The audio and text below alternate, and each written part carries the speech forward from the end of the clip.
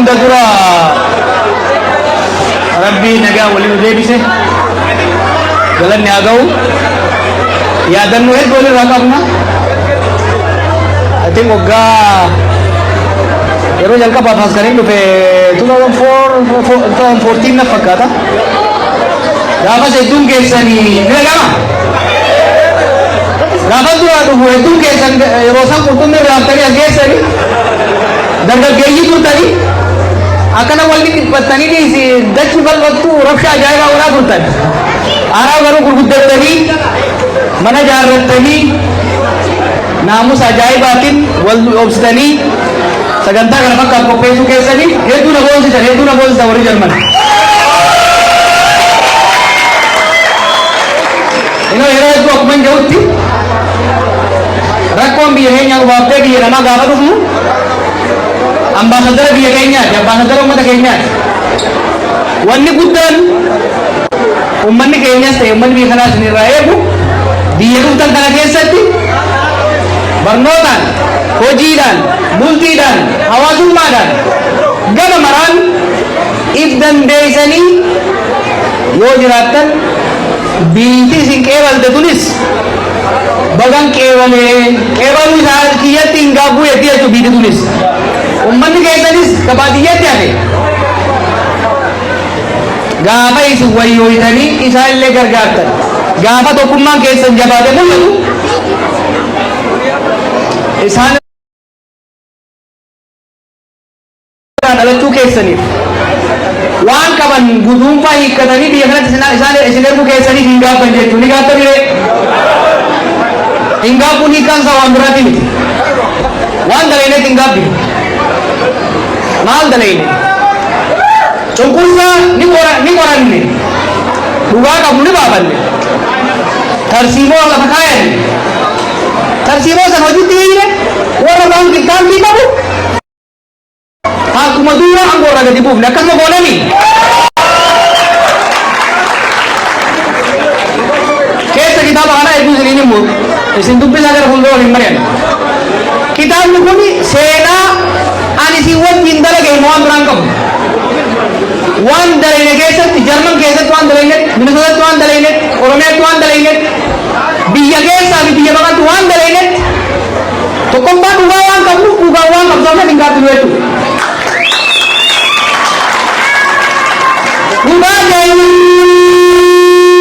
Nutuman nu cabsan jenne ala way wacan tenne saba guddaa irraa dhalanne ummata guddaa irraa dhalanne keessatti bobbooyaa jiraachuun fala akka hin taane hubachuudhaan beekumsa qabnu muuxannoo biyyoota biraa qorannee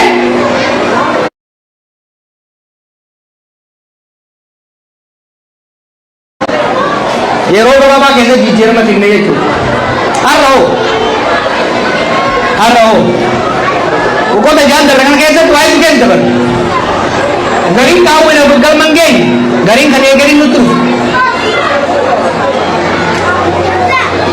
amma bakka irra jirurraa maalitti deemaa jirraa boqonnaa itti aanu kajaa'uun xiqqoo inni tuquun barbaada an dubbachuu eegalallaan baanaganii jiran rirrifatanii jiran akkam jechuun jiran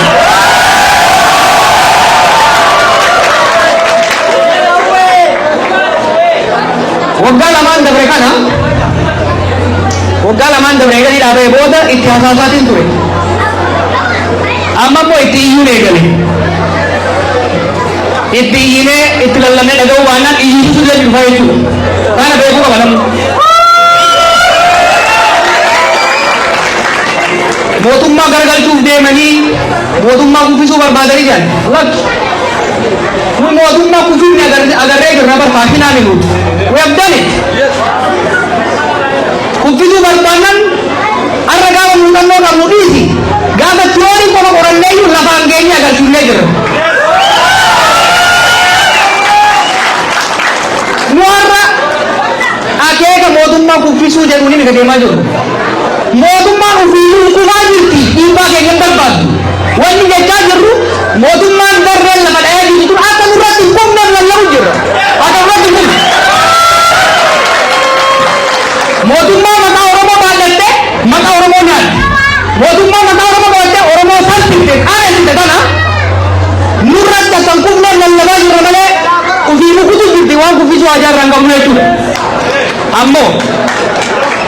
Ammo, we are asking for conversation. Wagala ma bola ka ergan dabe itiyasasne sosomne biyenage buza dinagyen kume makan ke nyabade sanne maka ke sanin jenne kadane dadam itu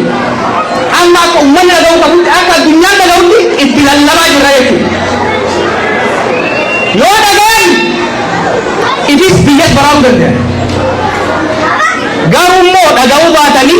gurra isani bubon tom sekanan itu mejennan makasa makana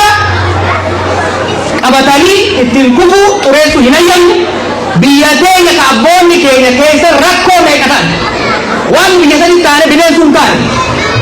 ara binen sunkan sabe pun satu hinayam itu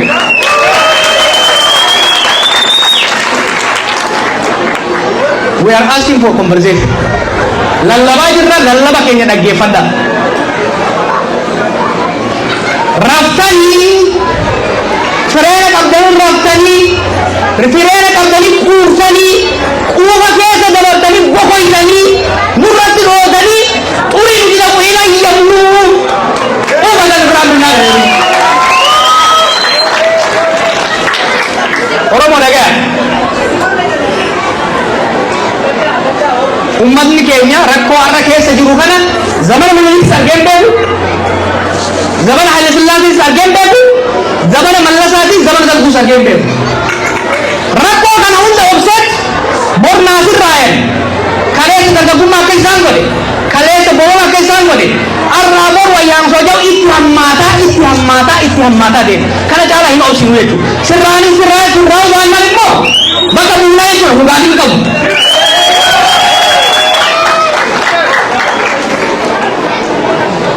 warra afaan hin beekneef amaariኛadhaan gabaabsee dubbachuu barbaada ቋንቋ ለማትችሉ ልጆች እዚሁ ላላችሁ እየተናገርኩ ያለሁት ምንድን ነው አልሰሰትም አይቆጨኝም የሚለው የእኛን ታሪክ አብረን የሰራነውን ታሪክ የነበረውን ጨቋኝና አፋኝ ስራን ለመለወጥ በሀገር ቤት ከቄሮ ጋር በውጭ ሀገር ከዲያስፖራው ማህበረሰብ ጋር የሰራነውን ታሪክ የነበረውን በደል እያየን ከማልቀስ ባለፈ አጥንተን ተመራምረን ተዘጋጅተን እቅድ አውጥተን በአነስተኛ መስዋዕትነት ታንክና ባንክ ይዘው ሲጎርሩ የነበሩትን ቦታ ሲያዙ ናው አሁን ባለው ሁኔታ መንግስት መገልበጥ ፈልገው ነው መንግስት ለመጣል ፈልገው ነው ብለው እየተንቦቆቦቁ ነው አላማችን መንግስት መገልበጥ አይደለም እኛ መንግስት ገልብጠን አሳይተን ሰልችቶናል ኦኬ አላማችን ባለፉት ሁለት ዓመት ተኩል ስንወተውታቸው በጆሮቸው ስንመክራቸው ስለምንናቸው ስንማጸናቸው ፍራቻ ስለመሰላቸው ጆሮአቸውን ደፍነው ሀገርን ይዘው እየሄዱ ነው እኛ እየወደቀ ያለ መንግስት ሀገርና ህዝብን ይዞ እንዳይወድቅ ከወደቀ በራሱ ጊዜ ይወድቅ ሀገርን አፍርሶ በህዝባችን ስም እየነገደ የህዝባችን ስም ይዞ መቃብር እንዲገባ ላለመፍቀድ ነው እየተንቀሳቀስን ያለው ማለት ነው ይህ ስለሆነ ለሀገራችን ህዝቦች ያለኝ መልእክት ኢትዮጵያ በታሪኳ ታይቶ የማይታወቅ አደጋ ውስጥ ነው ያለችው የኢኮኖሚው ችግር በየቦታው ያለው ጦርነት የመንግስት መልመልመስ ሀገሪቷን ወደ ከፍተኛ አደጋ እያደረሰ ስላለ እያልን ያለነው we need to wake up ህዝባችንና ሀገራችን ወደማይመለሱበት ከፍተኛ አደጋ ከመግባታቸው በፊት ድምጻችንን ከፍ አድርገን እየለመናቸው እየተማጸንን ያለን ከፈጠራችኋት ብልጽግና የምትባል ደሴት የኢትዮጵያን ህዝብና የኢትዮጵያን ሀገር የማይመስል ደሴት ውጡና የኢትዮጵያን ህዝብ ኑሮ ተመልከቱት ህዝቡ ወጥቶ አርሶ መግባት አልቻለም ልጁን ትምህርት ላይ መላክ አልቻለም ቤቱ ህፃናቱን መመገብ አልቻለም ይህ ሁኔታ የሀገርን ቀጣይነት ለከፍተኛ አደጋ ያደረሰ ስለሆነ ሁሉም ተረባርቦ ወደ መመለስ ያስፈልጋል። ለዚህ ትልቁ ድርሻ የመንግስት ሆኖ ሳለ መንግስት ግን አምራር ላይ ያሉት ሰዎች ግን ከቀን ወደ ቀን እየባሰባቸው ጥጋባቸው በአፍንጫቸው ሊወጣ ጫፍ ላይ የደረሰ ስለሆነ ያ ጥጋባቸው ወደ ማንመለስበት ኪሳራ ሀገራችንን ከማስገባቱ በፊት ተረባርበን ህዝባችንና ሀገራችንን ማዳን አለብን የሚል መልዕክት ነው ያለው። በስፋት የምንወያይበት ጉዳይ ይሆናል። ወደ ጀርመን ሀገር ራስ ወንድ ያስገኘን ያበቱ ዋሲ ወልገኙ አላና ቆፈቱሬ ኦሮሞን ተቆጣጤ ቀብሳው ነንዴ ኦሮሞ ወልነገይስ ሆገን ኦሮሞ ማኒ እንዳው አላናላ we were facing collapse of self-esteem, collective self-esteem. Maal jaan bara sampai Oromo miliyon shantam tahe watak wad undan do munatika to ko deman Oromo nogga shantam kapsa omampin sanji jirre lo wani berada bang jarro Oromo miliyon shantam umam bus wani jauh dan berada anda kan jauh ni we change this river aramo fakir orang ko bagaste kaum mana kayaknya madal tapi aku santam kanamu santam maka kayaknya anggo bagaste maka kayaknya nyata juga itu malah udah jamaah juara orang mau biar muncul dan do orang mau biar muncul dan do orang mau hayu itu bang beda itu bang wan jualan luar roja tuh kon nampula atau kofin nambur lagi dan orang kayaknya isani all muncul dan dia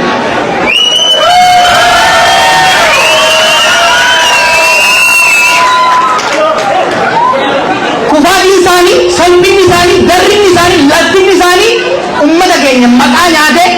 hamile nubuusaa jira jechuudha. Hamile ummata keenya akkuma kaleessa Oromoon qabsoo hin danda'u jansan qabsoo agarsiifne qabsoo akka danda'u qabatamaa agarsiifnetti har'allee yoo sirraa baannan bakka isaanii kan bulchuu danda'u keenya agarsiifna jechuudha. Walii galna. Yartuu keessa baatee hin tuffatamnu nu ummata guddaadha nu ummata kabaja qabu nu ummata tokkummaa qabu nu ummata beekumsa qabu ummata naamusa qabu naamusaa guddanne dalagaa guddanne kanaaf namu bakka jirtan kan nu gaafachuu qabdan wanti waggoota jahan kana biyya keenya irratti ta'e maqaa keenya raawwatame badii salphii laafii Rabbiga, wari kaleessa bari yoo hada illee garitti geessan qaban namni akkami sabban haala isaatirraa hiikee hatee Dubaay ittiin galatan kanaaf dubbii bubbuliisinee mari'achuu deemna jechuudha ji'oota lamaan sadan afaan kana keessatti bubbuliisinee waliin mari'an lakkii wanni isin jettan kun sirrii miti biyya akka gaarii bulchuu jirra yoo jedhan gadi haa bayanii isin duratti waliin haasa'uudhaaf ragaadhaan qophii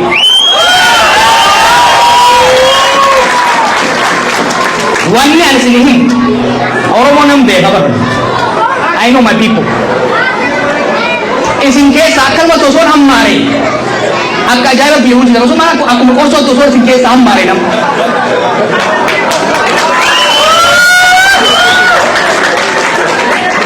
kanaaf qophaa'aa ammaaf dhimma lallabne hubadhaa waa malee kaaneen dubbannu qorannet qo'annet bilcheessinet tarsiima baafnet ummata keenya tokkoosinet jijjiirama barbaachisaa ni kenna jechuudha. Kanaaf ummata Jarman hedduu galatoomaa hedduu laboonsitanii warri alatti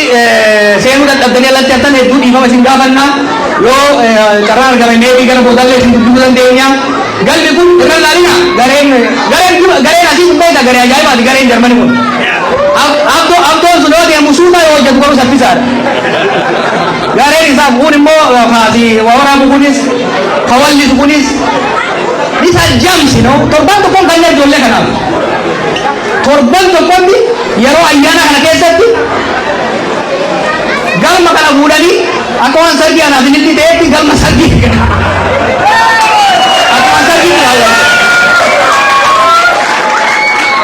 but I'm proud of the team. We have a team. Team akkana magaalota 63 keessa qabna. Dalagatti gad deebine malee addan facaane. Waa'ee tokkummaa Oromoo kan yaaddataniif. Tokkummaan Oromoon barchirichaaroon hin gurguratu.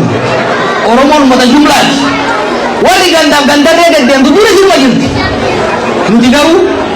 waan saba keenya boonsa, waan biyya keenya sabaaf sablammoota biyya saniitiif ta'u tokkummaa Oromoo cimsinee tokkummaa uummattoota biyya saniitis cimsinee gara fuulduraatti haga maqaa keenya, haga lakkoofsa keenya, haga gadaa uummata gadaan guddaa gadaan gabbina ummata Oromootirraa waan Oromoorraa eegamu waan sabaaf sablammii biyya keenyaatti uummanni addunyaa Oromoorraa eegatu qabatamaan agarsiisuudhaaf deenya deeggarsa nu gootaniif waamina nu isinii goonee dhuftaniif hedduu galatoomaa mee yeroo tokko tiim Jarmanii Kanaadaa fi baay'een isin jaalladha gara fuulduraatti jabaannaa walitti deebinee galma kanarra wayyaa irratti bal'inaan mari'annaa nagaan naa bulaa. Stop.